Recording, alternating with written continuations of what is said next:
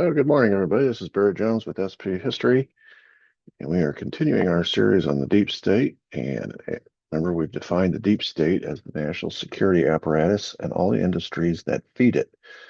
That is a Cold War era definition. Today, we are crossing a threshold, and we are beginning the years of the Kennedy presidency, the 1,000 days, and a gradual waking up that is going to take place within the walls of the White House.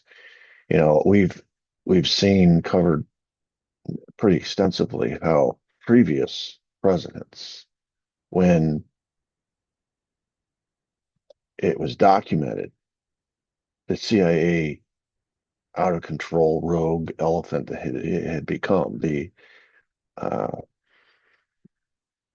the fact that it was out of control, it was led by somebody who was out of control. Eisenhower repeatedly begged off doing anything about it, basically saying it's Alan Dulles. He didn't listen to me, he didn't listen to anybody. I can't do anything about it. And so for the 8 years that Eisenhower was president, the CIA just ran wild. And we've gone on and on about all the different covert ops, foreign and domestic, which is, of course, the domestic operations were against the law. And even before Eisenhower, Truman was either willfully ignorant or just ignorant of what the CIA and the covert ops capabilities were. We're going to find that out when he, in '63, writes that op-ed to the Washington Post a month after JFK's assassination. And it's like his come to Jesus moment when he realizes the law that he signed and what the CIA had become, his regret. But so far, the CIA, with respect to the executive branch, has had just a kind of like I don't know what you'd call it, like just permission to do anything they want. And they've run with that. And then they think, because of the election of '60, the fact that they lied to JFK during the campaign about the missile gap, and he repeated the lie, campaigned on it, they think they've got him wrapped around the little finger because he's going to become president pretty quick, and he's going to find out the truth. It's too late, you know. And so they're going to have him. Of course, they're not going to stop with one lie to him. They're going to do it again. We're going to find that out today. And what Kennedy's going to realize is that he is being taken for a fool by the agency. And he has two choices. He can go along with it, like previous presidents, go along to get along, right? And worry about the things that he can control, or he can try to do something about it. Now, today we're just going to talk about the realization that is this like waking up process where you're talking about a guy who was a war hero. He wants to believe in the national security apparatus. He comes in as a anti-communist, right? He's a hawk, so to speak. People wouldn't have voted for him otherwise during that era. But he's going to realize pretty quick. That's the thing about Kennedy. He's a quick study. He's going to realize pretty quick that the national security apparatus is up to shenanigans trying to push us towards war, not prevent war. They're trying to push us towards war, and they'll stop at nothing to advance that agenda. Anyway, I'm getting ahead of myself, so I want to look at a couple instances today where Kennedy finds out after the fact the real story and is just disconsolate about it. He's beside himself. This first case, especially having to do with Patricia Lumumba from the Congo. He was the first democratically elected prime minister in the Congo's history. The Congo had a long history of being colonized. They didn't have a lot of experience governing themselves. And here's their first. They got a chance, right? They elect this guy, and the Congo is you know a mineral rich province. It has the capability because of its resources to be a very wealthy place, but it's always being raided and raped by outside colonizing powers, mainly France. But the United States has an interest there too. Amax, which is the American metal company, had vast mineral deposit holdings in the Congo. In other words, they owned it. They owned all these minerals that could make the Congolese people wealthy instead of desperate and destitute. Instead, an American company, a company from outside, owns it all. And the United States government had holdings, uranium deposit holdings in the Congo, which is extremely important to the nuclear weapons program. In other words, in this particular case, it was the Americans who had come in and stolen Congolese wealth. So the Congolese people elect Lumumba, and he begins fighting against these outside forces, in this case the Americans, to try to retain the Congolese wealth for the Congolese people. In other words, he's trying to do in Congo what Fidel Castro did in Cuba. You remember Castro famously saying, Cuba is for Cubans. He kicked out the American mafiosos, nationalized all the industries, which meant he kicked out all the American companies, the sugar companies, Coca-Cola, the mineral mining companies, the companies that own the tourism, the hotels, casinos, the mobsters, uh, we owned all the telephone companies. We owned their buses and trains. We owned everything in Cuba. And it was like a little ATM machine for the United States. So when Castro took over, he instantly became our enemy because he kicked us all out.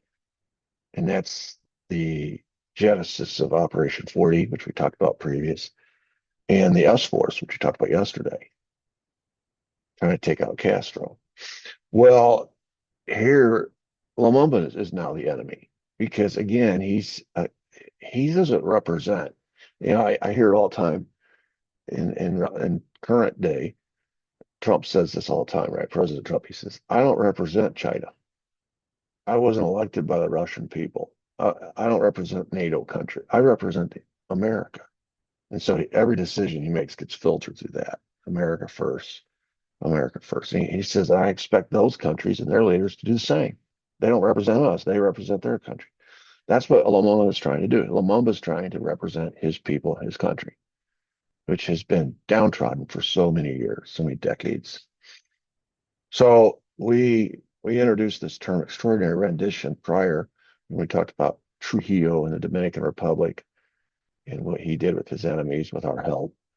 And there are other examples. Extraordinary rendition is where, again, the CIA keeps or preserves plausible deniability by capturing the problem child. Instead of killing him themselves, they hand him over to the enemies who will do the dirty work for them. But he wouldn't have been dead hadn't been for the CIA. And so this was a successful, on January 17th, 1961,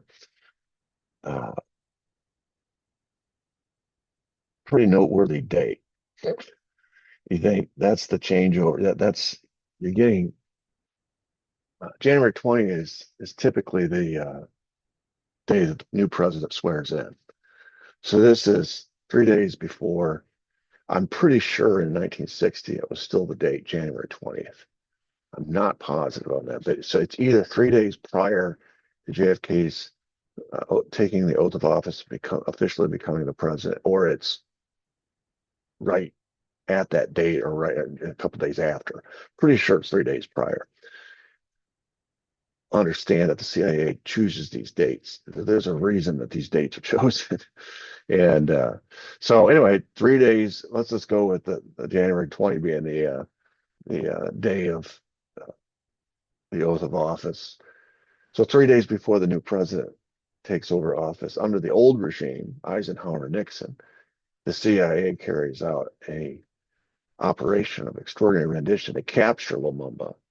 They hand him over to the former Congolese Prime Minister Mobutu, to his forces. And of course, this is going to be our puppet guy. This is going to be the guy that we support because Mobutu's going to play ball. He's going to let AMAX continue to own all the mineral deposit holdings in Congo. He's going to continue to let the U.S. government own all the uranium deposits. And so, in exchange for that, we're going to help him get rid of Lumumba, and that takes away a problem that we have, but also takes away the problem that he has. And in the end, everybody's happy. Extraordinary rendition. Now, Kennedy, you notice the date, January 17th, 1961. And oh, here we go to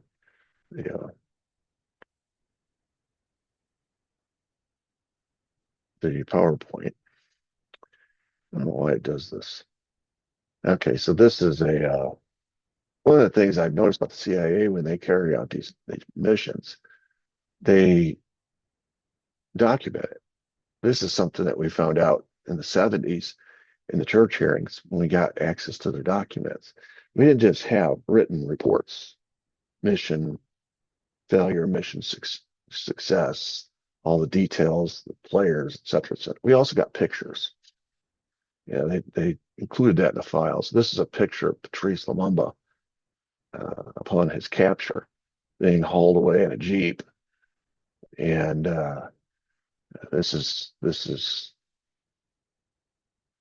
the beginning of the end for Patrice Lumumba. Now Kennedy, and remember the date, January 17th, 1961. So Kennedy takes office, and there's a lag. He doesn't find out till February 1961. It's about the 13th. So it's almost 30 days later.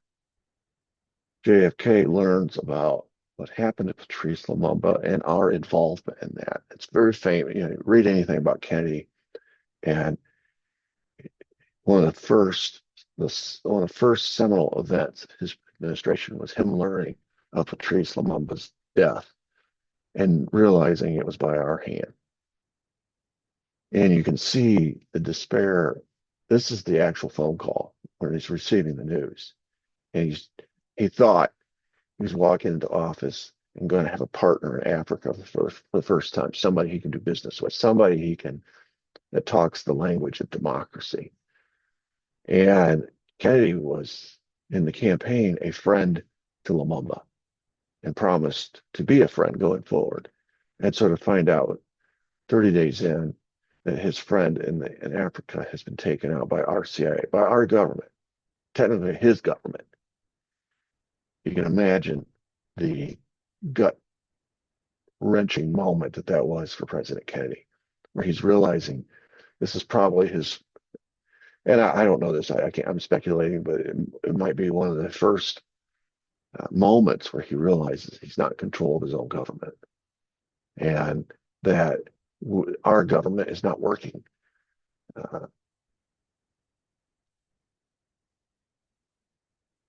Is not supporting like-minded causes and or governments and or leaders around the world.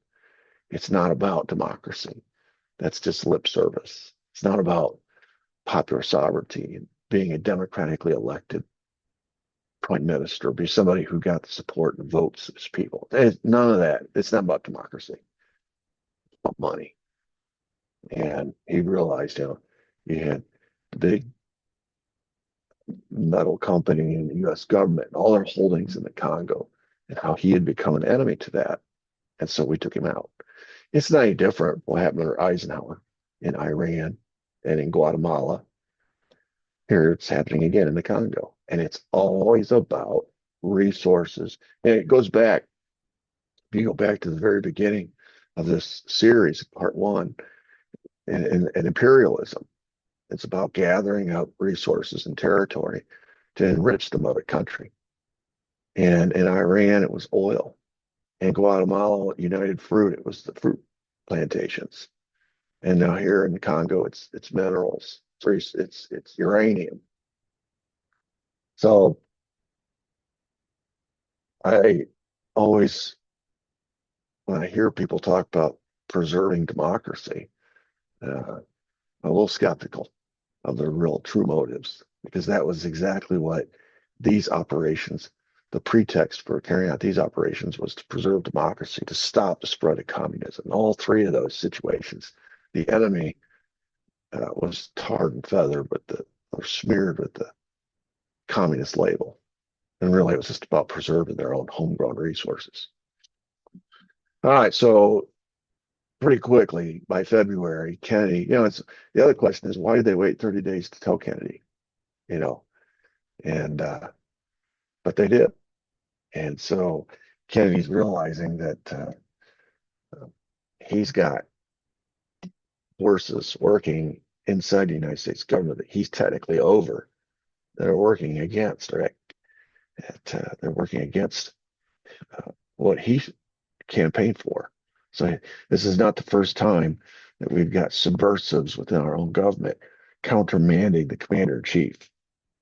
You know, it happens all the time. Fast forward to April of 61. So that was February. In April of 61, uh, Operation Zapata is launched. And of course, we know it as Bay of Pigs. Now, Kennedy had been informed of this operation during the transition, and he had greenlit, he had supported it. Basically, he said, if Eisenhower supported this, put it in motion, and it's so close to being operational, I'm not going to be the one to stand away. And he sort of took Eisenhower's word on this. They had their famous meeting at Camp David, and the two of them pictured here in this news article, walking side by side through Camp David, talking about all the issues of the world. Of course, the big burning issue that day was Cuba. And so they've got this operation plan to go in. This is part of Operation 40, to launch an invasion of Cuban nationals stationed out of Miami, who will cause this is what the CIA tells Kennedy.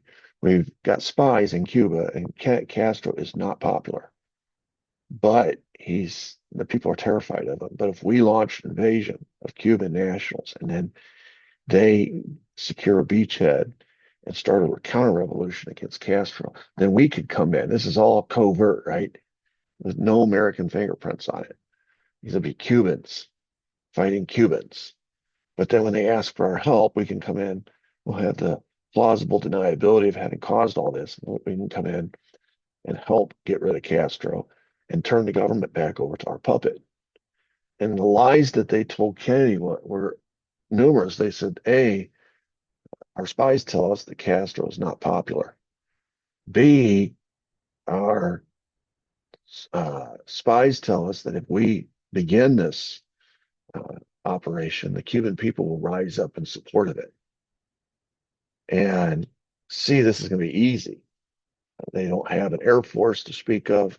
Uh, our force that we've trained will have all the resources that they need to carry out this military action. All we got to do is get them there, and then be ready by the phone when they ask for our support once they've secured the beach, and we can come in and clean up the mess. And they present it to Kennedy in such a way that this is easy peasy. And they tell him, we did this in Iran, we did this in Guatemala.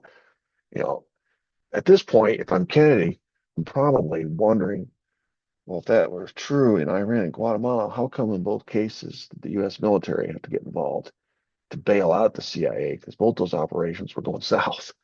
Anyway, Kennedy went along with it. He signed off on it. What we find out later is this whole operation was designed to fail. The CIA had lied to him, saying it was going to be an easy peasy operation. It was designed to fail. Castro had spies in Miami, knew when it was coming, where it was coming, what day, where they would land, etc., how many people. He knew everything in advance. Um, the raids to take out the Air Force prior had taken out some of the planes, but not all the planes.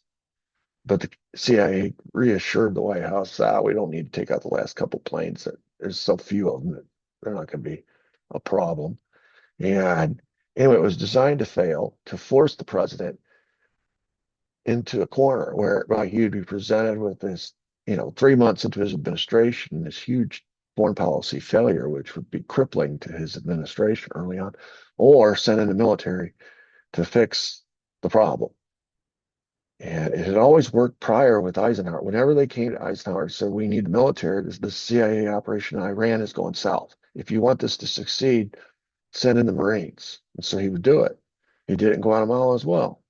So they fully anticipated that Kennedy, this young root, if they could get this wise old lion, this World War II veteran, war hero, Eisenhower, to play ball, then they certainly expected Kennedy to play ball. So it was designed to be a failure that would force the president's hand, who wanted this to be entirely covert, but instead, to prevent it from failing, to send in the Marines. Now it's not covert. Now the whole world knows who's behind it. But it would accomplish the purpose, which was to get rid of Castro. And they knew that this ragtag band of Cuban nationals were not going to be able to get rid of Castro. They were going to need the U.S. military support. And of course, if past is any indicator, they figured he's if Eisenhower always gave us the permission to use the military, why wouldn't Kennedy? So this was a operation that Kennedy inherited. It had been planned by Nixon and under the guidance and authority of President Eisenhower. And of course, Nixon, when he put this plan into action, was pretty certain he was going to win the presidency in the election.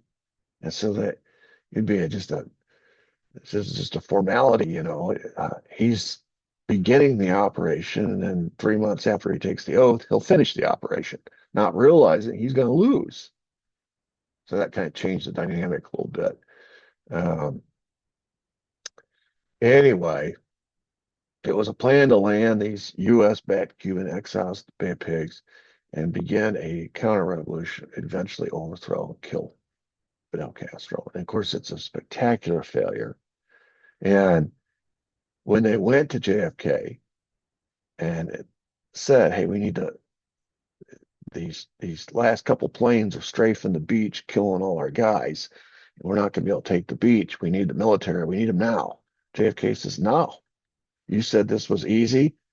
You said the planes were accounted for. You said that we would take the beach, and you said that the Cuban people would rise up and support. None of that has happened.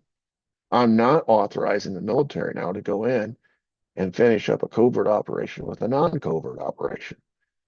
And so he nixed the military intervention. He said no. And of course, these are folks, they're not used to being told no. CIA's furious with him. And of course, they lay the blame at the feet of the president. So he called off the earth support. He didn't call off anything. He just said no when they asked for it. And he had told them several times prior, don't come to me asking for military support. You say this is going to be an easy operation with these Cuban exiles, then go do it. Then that's what I support, a covert action. I will not support an action that involves the U.S. military. And they just ignored him. And of course, these Cuban exiles, many of them were killed, arrested, become prisoners in Castro's prisons, tortured, etc. And what they're told by their CIA overlords is that Kennedy went squishy. He got soft. He called off the air support. So in their minds, it's Kennedy's fault. So now all of a sudden, this anti-Castro movement, which is really strong in the southernmost parts of the United States, Miami, Dallas, New Orleans, they have a new boogeyman. And the boogeyman is this new president who, in their view, is soft on communism and cost them at the Bay of Pigs. Bay of Pigs becomes a rallying cry for these guys. They're furious with this new president. He had promised all the right things during the campaign. 3 months into his new administration, in their view, he went squishy. The CIA is furious. This is a CIA operation, and it's a colossal failure, and they're not used to failing. We've just gone through a whole bunch of different operations that were successful. And part of that success was in its ability to pretty much force the president's hand. And here they've run into a president whom they thought they controlled, and he is the first to ever stand up to him. And there's that famous press conference where JFK stands in front of the American people and said, "I am the responsible officer of government. Uh, Victory has 1,000 fathers. Failure is an orphan." He takes the whole blame for the operation going bad publicly. Privately, he's furious at the CIA because he now realizes he's been lied to twice by the CIA. First, during the campaign, when they said, "Oh, there's this missile gap." Now he knows there isn't. And he went and repeated the lie. So he feels like a fool. And now this Bay of Pigs thing, where he was assured all of this, he was given all these promises and assurances, and not one of them came true. So privately, witnesses, it was in a New York Times article, but he vowed to, quote, splinter the CIA into 1,000 pieces and scatter it into the winds. So 3 months into his administration, he has an enemy. He's declared war against the CIA privately. Publicly, he takes the blame for what happens, like a president has to do. You can't shift the blame; you have to take the blame. So he does. He does the honorable thing, takes the blame. But privately, he knows, that old saying, "Fool me once, shame on you. Fool me twice, shame on me." He's been fooled twice now by the CIA, and he realizes, I got a problem. I got a problem. Now, this is a delicate deal here because Cuba is essentially a client state of the Soviet Union. And now we are on record of having meddled in the Soviet Union's client state's affairs. And so he's got to settle down Premier Khrushchev and reassure him, hey, because this is the new president. Khrushchev doesn't know Kennedy. Uh, he just has to go by what he sees. And what he sees is a brand new U.S. president meddling, trying to overthrow the leader of Cuba, which is, of course, the Soviet Union's client state. So there is a risk here of a problem, a major international incident between us and the Soviets 3 months into President Kennedy's first term. So one of the first things he does to try to reassure Khrushchev, and I think leaders speak in coded language sometimes, and they understand what each other is saying, uh, even if maybe it's not obvious to the rest of us. And Kennedy, by promising Khrushchev there will be no future U.S.-backed incursions into Cuba, it seems like a promise to leave Cuba alone. Really, I think what it was him telling Khrushchev, listen, I had nothing to do with this, and I'm not going to support this kind of policy going forward. But nevertheless, it happened. And Khrushchev's putting two and two together, realizing, I don't think Kennedy's in control of his own government. So this is the second time Kennedy's, first time it was kind of a personal revelation to Kennedy that after Lumumba was killed on technically his watch, thereabouts, uh, certainly it became public on his watch, that he would not have supported it and certainly didn't order it. Therefore, he is coming into a situation where he is over this rogue elephant that he doesn't have control over. And now in April, a couple months later, again, he is technically the boss, the executive who is over his supervisory responsibility over the CIA, but he doesn't have control of the CIA. He's been lied to twice by the CIA. They have no respect for him for the position, the office of president. They're just this unaccountable, unelected, uh, deep state uh, agency or entity that's kind of making their own foreign policy. And so he declares war. He says, I'm going to splinter the CIA into 1,000 pieces and scatter it into the winds. When we get into the motive for his assassination, we'll talk more about what that threat, what that vow entailed, and how it backfired. All right, on the same day, or in the same month, actually, the Bay of Pigs happened on April 17th. I always remember that because that was my birthday. That's my birthday. But in that same month, there was an attempt, an attempted coup in France. Actually, they call it the Day of the Jackal. It's an attempted assassination of de Gaulle, Charles de Gaulle. And it appears on its face to be an internal situation whereby the French military, angry at de Gaulle for settling a colonial war, a long running colonial dispute between France and its colony in Algeria. And de Gaulle settled that by basically pulling the military out of Algeria, and giving up Algeria as a colony. And the military is like, no, no, no, no, no. We're not giving up our colony. This is part of the leftovers from imperialism. And remember now, the whole point of imperialism is for a mother country, a strong country, to go into these weaker countries and colonize them, so we could get their hands on the resources and markets, et cetera. So it's all about enriching the mother country. So Algeria was part of that colonial empire that France had accumulated, and they lost some of it after World War One. They lost some more of it after World War Two, and now here is de Gaulle handing over some more of it. And the French military is like, no. And so they rebelled and they plotted a coup. What came out in the wash, because they didn't kill him and they failed in their efforts to kill him, de Gaulle conducted an investigation and determined that these plotters had worked with the support of Allen Dulles and the CIA.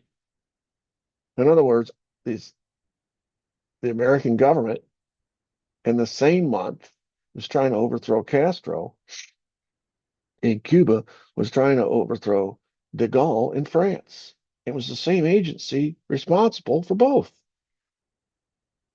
By the way, the plot involved a motorcade that was winding through a major French city among high-rise buildings. Sound familiar? The only difference is you notice there's a top on the car, but you can see the bullet holes in the car. The car, essentially, you can see one right here. My cursor is right where where de Gaulle's head was. He was in the back seat, but the car saved his life. And so de Gaulle, once he determines that the American CIA is involved in this, confronts this new American president, just like Khrushchev probably did, certainly did. And JFK is like, no, no, no, I don't have anything to do. I don't know what you're talking about, but I will investigate and find out what you're talking about. De Gaulle's presenting him the evidence. He says, Allen Dulles and the CIA worked with this plot to try to kill me and overthrow me. And so Kennedy, while denying it, in the back of his mind, he's suspicious because he already been lied to twice by the CIA, and he's just witnessed what happened at Bay of Pigs. And he knows that the CIA handed over Lumumba to be killed. So he realizes it's not above, or it's not beneath the CIA to do this. I didn't order it. I certainly didn't authorize it, but I better investigate. And when he investigates, he finds out that de Gaulle was right. And he admits to de Gaulle later that, first of all, he apologizes and said, I had nothing to do with it. You have to believe me. But then he admits to de Gaulle, famously, that he was not in charge of his own government. This is a big moment in Kennedy's young presidency. Remember, he's only president 1,000 days.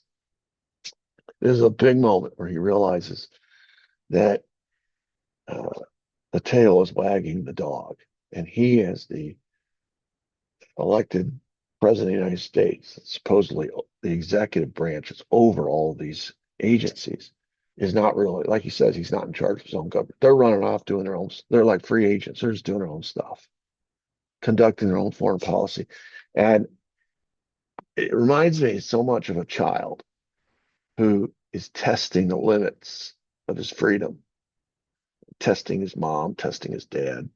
And, you know, you just keep moving the line, keep moving the line. As every time the parent doesn't respond or say, that's it, and there's no consequence, they just keep pushing it a little bit further, a little bit further.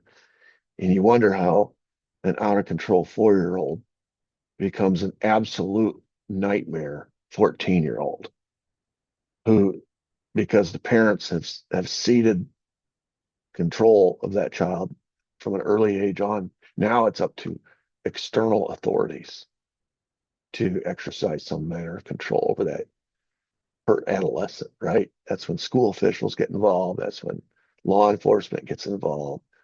The judicial system gets involved because the parents have proven to be incompetent in handling their own child or unwilling. That's where Kennedy is. Kennedy is the young parent who's finding out that he's got an out of control child. And it's kind of interesting because he's kind of stepping into this. I guess the analogy isn't really doesn't hold because that would have been Truman, because Truman birthed this agency. That might have been true of Eisenhower because Eisenhower inherited the agency when it was still in its infancy. By the time Kennedy inherits the CIA, it's a full-blown teenager. It's been operational now since 47. So Kennedy becomes president in 60. So it's 13 years old. It's got a long track record of covert operations under its belt, successful ones, whereby it fooled U.S. presidents, bullied them, and is notwithstanding 3 government reports that call attention to it being a rogue elephant, it has somehow miraculously escaped any kind of consequence. And so it feels like you can do anything at once and there's never going to be any consequences. And now Kennedy comes along and it's his job. He's inherited this out of control teenager and it's his job to somehow control it. And the fate of the world depends on it because we're in the middle of a Cold War. We've already had a situation that could have gone real bad when we invaded Cuba. That could have caused the Soviets to send ships and subs and planes and nuclear weapons, and it's going to lead to the Cuban Missile Crisis a year later. But, we're in the middle. This is a very tenuous time. And Kennedy has this out of control agency, this rogue agency, and this rogue director, and this rogue, you know, it's all these rogue operators who know nothing other than carrying out this their own foreign policy. They've got this program to assassinate Castro. They've already assassinated several world leaders. They have the authority to kill people, to overthrow governments. They've already done it. They're disobeying orders from their commander in chief. They've already done it. And now they got this young Rube as president, and their feeling is we lied to him during the campaign. We lied to him about bayofpigs, and he's he's he's so young and naive, and he doesn't know what he doesn't know. Let's just keep it that way. So this is what Kennedy is walking into, and I think I'm going to stop there because it's a very important, pivotal year, 61, in the life of Kennedy, and also, I guess you could say, in the death of Kennedy, which is 2 years out. But and the realization that the CIA has become rogue, and of course, we know the CIA is part of the national security apparatus, and that makes it the deep state. And not only does Kennedy now know this, but several other foreign leaders know this. Khrushchev knows it. Khrushchev knows that Kennedy is not in control of his own government.